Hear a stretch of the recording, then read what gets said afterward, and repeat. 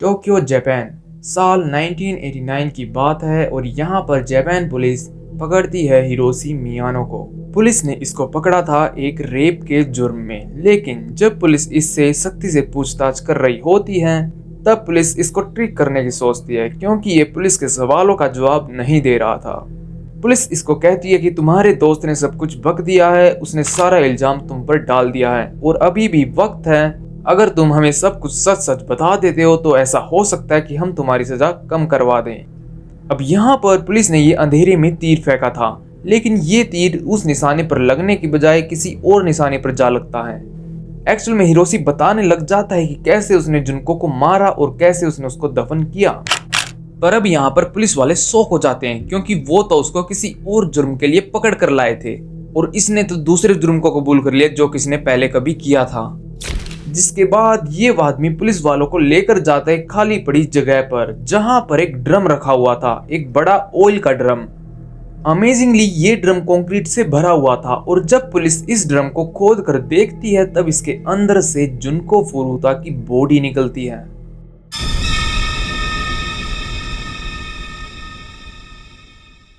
तो अब तुमने शायद यहाँ से अंदाजा लगा ही लिया होगा कि ये केस कितना ट्विस्टेड होने वाला है और कैसी कैसी डिस्टर्बिंग बातें हम करने वाले हैं। पर जितना अंदाजा तुम लोग लगाए बैठे हो, ये वीडियो उससे भी कहीं ज्यादा डिस्टर्बिंग होने वाली है। मैं फिर से बता देता हूँ, कहीं ज्यादा डिस्टर्बिंग। और ये मेरी ही वीडियोस क्या छोड़ो, ये पूरी की पूरी दुनिया में सबसे ज्यादा डिस्टर्बिंग क्राइम है और सबसे ज्यादा हॉरिफाइंग। तो अब शुरू से कहानी को शुरू करते हैं और इस केस का नाम है 44 डेज ऑफ हेल। बात है जापान के मिजाटो की। यहाँ पर एक सुंदर सी प्यारी सी बच्ची रहती थी जिसका नाम था जुनको फुरुता। जुनको फुरुता पढ़ाई में काफी तेज थी और काफी सुंदर थी, इसलिए पूरे स्कूल में ये काफी फेमस लड़की थी। ये लड़की दिल की बिल्कुल साफ थी, इसकी किसी से कोई दुश्मनी नहीं थी और ना ही इसकी कोई गंदी आदत थी। जुनको का बस एक ही सपना था और वो था कि अच्छे से पढ़ लिख करके एक अच्छी सी नौकरी ले लेना, जिसके बाद अपने पेरेंट्स के साथ खुशी खुशी रहना। लेकिन जुनको को नहीं पता था कि उसकी किस्मत में तो कुछ और ही लिखा था। जुनको के अलावा मैं तुम्हें एक और बच्चे के बारे में बताना चाहूंगा जो कि जुनको के स्कूल में पढ़ता था। इस बच्चे का नाम था हिरोशी मियानो और ये स्कूल में काफी ज्यादा बदनाम था, क्योंकि ये दूसरे बच्चों को परेशान करता था। ये उनको बुली करता था और कोई भी इसको कुछ भी नहीं कहता था, क्योंकि इसके कनेक्शन थे याकुजा गैंग से। अब कुछ लोग सोच रहे होंगे कि आखिर याकुजा गैंग क्या है। एक्चुअली में याकुजा गैंग जापान की एक बहुत ही बदनाम गैंग है जिसमें कई खतरनाक क्रिमिनल शामिल है और इस गैंग के मेंबर्स के लिए किलिंग्स वगैरह करना बहुत ही आम बात है। अब यहाँ पर हिरोशी स्कूल में एक ऐसा बच्चा था जो कि दूसरों को परेशान करता था, साथ ही साथ सभी लड़कियों को छेड़ता था। लेकिन हिरोशी मियानो जब जुनको फुरुता को पहली बार देखता है तब वो उसको दिल दे बैठता है, जिसके बाद वो उसका कई दिनों तक पीछा करता है, लेकिन उसकी हिम्मत ही नहीं पड़ रही थी कि वो उससे जाकर बात करे। और एक दिन हिरोशी मियानो किसी तरह से हौसला जुटाकर उसके पास जाता है और अपने दिल की सारी बातें कह देता है। लेकिन जैसे कि मैंने बताया कि जुनको फुरुता बस अच्छे से पढ़ लिख कर अपने पेरेंट्स के साथ रहना चाहती थी, इसलिए वो हिरोशी मियानो को रिजेक्ट कर देती है। जिसके बाद हिरोशी मियानो को काफी ज्यादा गुस्सा आता है, लेकिन हिरोशी इस गुस्से को जुनको फुरुता के ऊपर नहीं उतारता है, वो इसको अपने मन के अंदर ही दबा लेता है। और ये रिजेक्शन ही बनने वाला था जुनको फुरुता के दर्दनाक अंत का कारण। खैर धीरे धीरे कई सारे महीने बीत जाते हैं, बच्चे बड़े हो जाते हैं, स्कूलों को छोड़ देते हैं और अपने अपने काम पर लग जाते हैं। और बात करें जुनको फुरुता की तो अब वो एक स्टोर पर काम करने लगी थी और साइकिल पर ही उसका आना जाना होता था। और ऐसे ही जब एक दिन जुनको फुरुता अपने स्टोर में शिफ्ट पूरी करके रात को साइकिल पर आ रही होती है, तब उसके साइड में एक बाइकर आता है जो कि उसको लात मार देता है और फिर उसके साथ ही झगड़ा करने लगता है। अब यहाँ पर जुनको फुरुता भी उसके साथ झगड़ा करने लगती है, लेकिन साथ ही साथ में वो डरी हुई थी, क्योंकि आसपास में कोई भी आदमी नहीं था और काफी ज्यादा रात हो रखी थी। लेकिन धीरे धीरे ये झगड़ा बढ़ने लगता है और बात हाथापाई तक आ जाती है, जिसके बाद वहां पर एंट्री होती है हिरोशी मियानो की, जो कि वहीं से गुजर रहा होता है। तब वो जुनको के पास जाता है और उसकी मदद करने लगता है, बल्कि वो दूसरा आदमी हिरोशी को देख डर जाता है और वहां से चला जाता है, जिसके बाद जुनको हिरोशी को धन्यवाद देती है।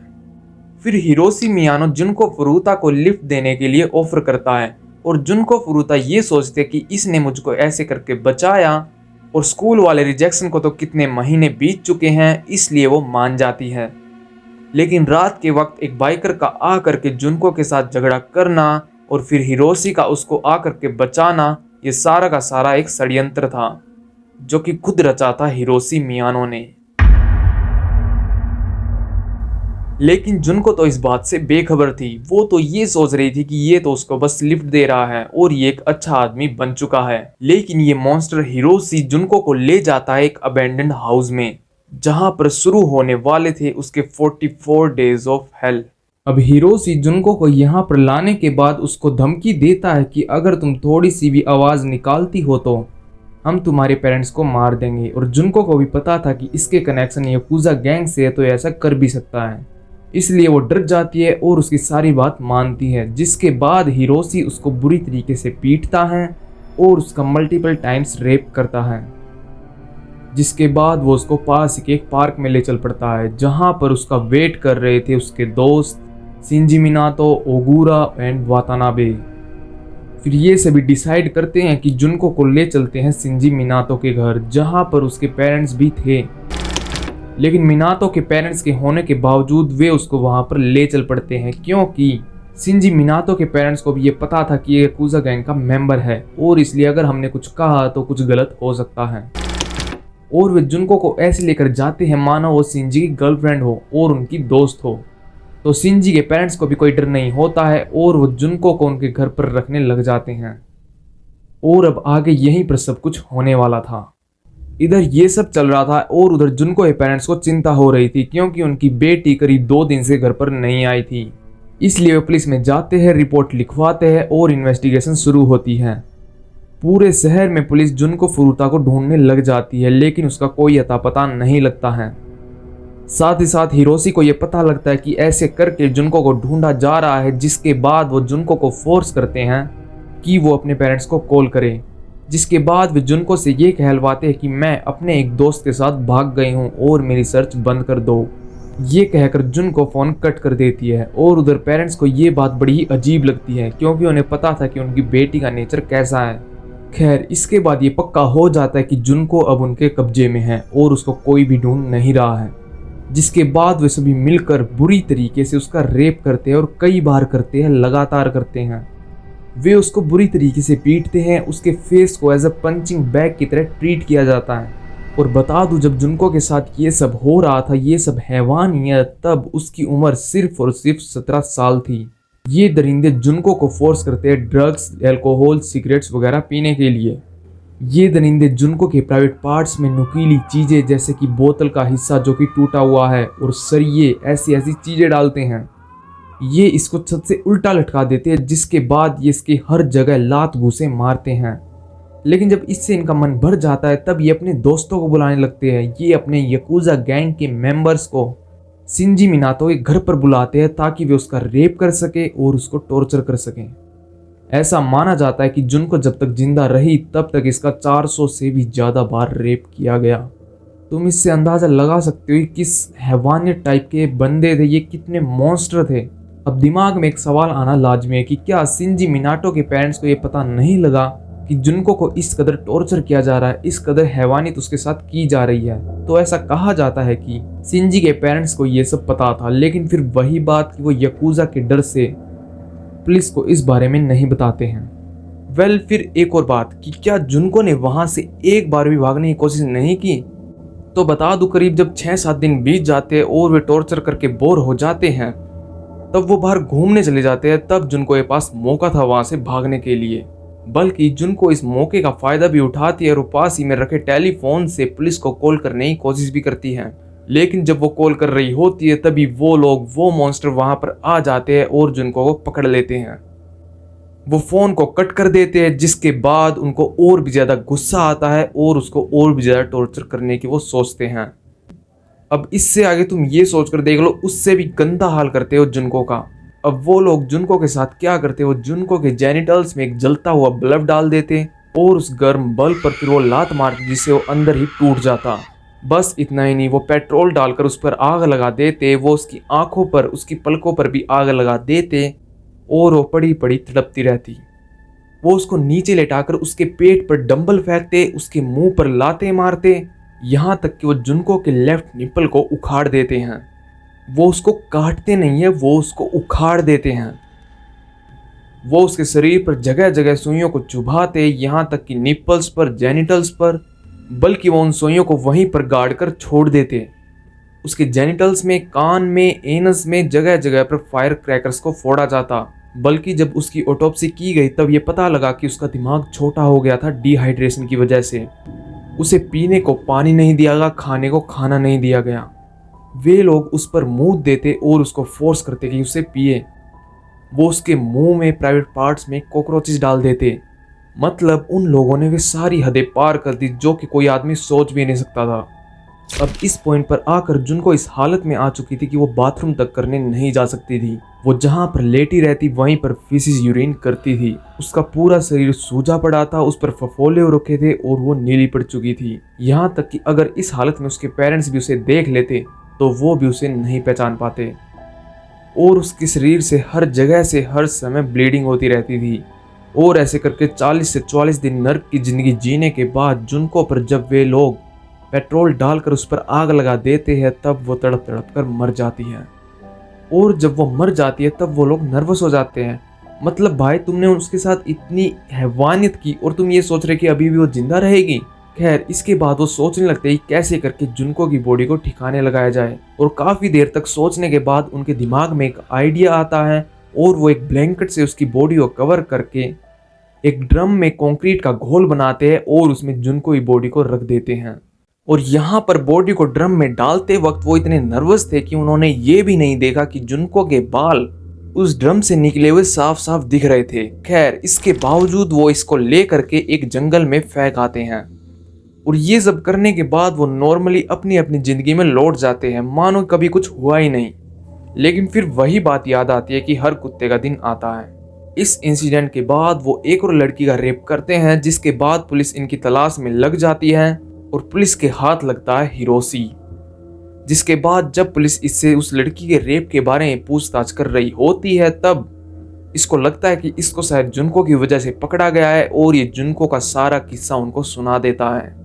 लेकिन जब इसको रियलाइज होता है कि इसे ये किस्सा नहीं सुनाना चाहिए तब तक बहुत देर हो चुकी थी। जल्दी ये न्यूज़ पब्लिक हो जाती है और ओगुरा, शिंजी मिनाटो, वातानाबे को भी पकड़ लिया जाता है। और जब जुनको की माँ को इसके बारे में पता लगता है तो वो लिटरली बेहोश हो जाती है कि उसकी बेटी के साथ इतना टॉर्चर किया गया। और वो तब तक ये सोच रहे थे कि उनकी बेटी तो पता नहीं कहाँ चली गई है, जबकि उसकी बॉडी तो एक ड्रम में सड़ रही थी। और बता दूं, ये जो सब कल्प्रिट्स थे, ये जो दोषी थे, इनकी उम्र भी एक बच्चे की थी। ये लिटरली 16, 17, 18 साल के थे जब इन्होंने ये क्राइम किया। लेकिन ऑब्वियसली जो इन्होंने काम किए थे वो तो किसी जानवर से भी एक्सपेक्ट नहीं किया जा सकता था। और तो और क्योंकि उस समय इनकी उम्र कम थी इसलिए इनकी आइडेंटिटी को रिवील नहीं किया जाता है। लेकिन इनके क्राइम को देखते हुए एक न्यूज़ चैनल इनकी आइडेंटिटी को रिवील कर देता है, जो कि ऑब्वियसली ठीक किया गया। जिसके बाद जुलाई 1990 में कोर्ट में इनका ट्रायल होता है और कोर्ट में इन्हें बच्चा ही ट्रीट किया जा रहा था, क्योंकि वही बात, इनकी सिर्फ उम्र कम थी। इसलिए पूरा देश कोर्ट पर गुस्सा भी था। इसलिए फिर जाकर कोर्ट थोड़ा सा स्ट्रिक्ट होता है, लेकिन फिर भी ये इतनी स्ट्रिक्टनेस नहीं थी जितनी की दिखाई जानी चाहिए। और तुम एक बार अंदाजा लगाओ कि इन चारों में से मेन कल्प्रिट जो कि हिरोशी था उसको कितनी सजा मिली होगी। हिरोशी को सिर्फ और सिर्फ 17 साल के लिए जेल सुनाई जाती है। बल्कि इतना गंदा क्राइम करने के बाद भी हिरोशी सेंटेंस कम करने के लिए अपील डालता है, जिसके बाद कोर्ट गुस्सा हो जाता है और इसकी सजा को 3 साल बढ़ा देता है। मतलब कि अब उसे काटने थे सिर्फ 20 साल। लेकिन ये 20 साल की सजा उस सजा के सामने कुछ भी नहीं थी जो जुनको ने सिर्फ 40-44 दिन तक सहा था। और 20 साल सजा काटने के बाद ये बिल्कुल एक आम नागरिक बन जाता है। और इस 20 साल की सजा के अलावा इसके पेरेंट्स पर $425 का कर्जा भी दिया गया था, जो कि इन्हें पे करना था जुनको के पेरेंट्स को, जिसके लिए इसके पेरेंट्स अपने घर को बेच देते हैं। और बात करें शिंजी मिनाटो की तो उसको भी सिर्फ 5 से 6 साल की सजा सुनाई जाती है। वो भी हिरोशी की तरह सेम तरीके से कोर्ट में अपील करता है कि उसकी सेंटेंस को कम किया जाए, लेकिन कोर्ट इसकी भी 2 से 3 साल सजा बढ़ा देता है। लेकिन फिर वही बात, ये सजा भी कुछ भी नहीं थी। और इन चारों लोगों में से सबसे घटिया था जो ओगुरा, जिसको इस कांड के लिए अपने आप पर गर्व था कि उसने ये काम किया। उसके अंदर थोड़ी सी भी गिल्ट नहीं थी, वो हंसता रहता था। ये उसके लिए एक बैज सा था कि उसने ऐसा किया था, उसने एक ऐसा क्राइम किया था। और सेम सजा ही वातानाबे को सुनाई जाती है, और वातानाबे को छोड़कर ये सभी लोग अपने अपने नाम चेंज कर लेते हैं। और वे नाम इसीलिए चेंज किए गए थे ताकि किसी को पता ना लगे कि ये वो लोग हैं और ये सोसाइटी में घुल सकें। वातानाबे रिलीज होने के बाद एक क्वाइट अच्छी जिंदगी जीता है, मतलब कि उसने सब कुछ छोड़ दिया था और वो एक शांत जगह में रहने लगा था, एक ऐसी जगह पर जहां पर कम ही लोग रहते थे। और इनके बारे में एक सबसे घटिया बात तो ये थी कि इन सब लोगों के फैन थे। अगर तुमने मेरी जेफरी डामर की डॉक्यूमेंट्री देखी होगी तो तुम्हें पता होगा कि जेफरी डामर की भी फैन बेस थी और उसको भी लेटर्स आते रहते थे। सेम इनके साथ था, इनकी भी एक फैन बेस थी जिनके इनके पास लेटर आते रहते थे, जो कि इनको सपोर्ट करते थे और इनको बढ़ावा देते थे कि तुमने अच्छा किया और इस काम के लिए मैं तुम्हारा फैन हो गया हूँ, क्योंकि वे भी दिमाग से सटके हुए लोग थे। यहाँ तक कि जो ओगुरा जब 25 साल की उम्र में रिलीज होता है तब उसको अडॉप्ट कर लिया जाता है उसके ही एक फैन के द्वारा, और यही आदमी इसको एक जॉब भी दिलवाता है। और बल्कि जेल से बाहर निकलने के बाद यहाँ जॉब पर इसके एक गर्लफ्रेंड बन जाती है, जिसके बाद ये देखता है कि एक आदमी इसकी गर्लफ्रेंड पर लाइन मार रहा है और ये उस आदमी को बुरी तरीके से पीटता है। ये उसको करीब 4 घंटे तक पीटता रहता है और प्राउड से चिल्लाता रहता है कि तुम मुझे नहीं जानते क्या, मैं वही जो ओगुरा हूं जिसने जुनको फुरुता के साथ क्या किया था तुम्हें पता ही होगा। जिसके बाद जो को फिर से 7 साल की जेल सुनाई जाती है। और जो की परवरिश का अंदाजा इसकी माँ से ही लगाया जा सकता है, क्योंकि इसकी माँ जुनको को कर्ज करती रहती थी कि उसने मेरी बेटी की जिंदगी खराब कर दी। यहाँ तक कि वो जुनको फुरुता की कब्र के पास जाती है और उसको नष्ट कर देती है। इस सब को देखे तो मुझे अपने इंडिया का लॉ भी जापान के लॉ से अच्छा लगने लगा। और बाकी इससे अलग तुम्हें कोई दिमाग में केस आ रहा हो तो कमेंट कर देना, मैं उस पर वीडियो बना दूंगा। बाकी वीडियो को बनाने में बहुत ही ज्यादा मेहनत लगी है, इसलिए वीडियो को लाइक और कमेंट शेयर कर देना।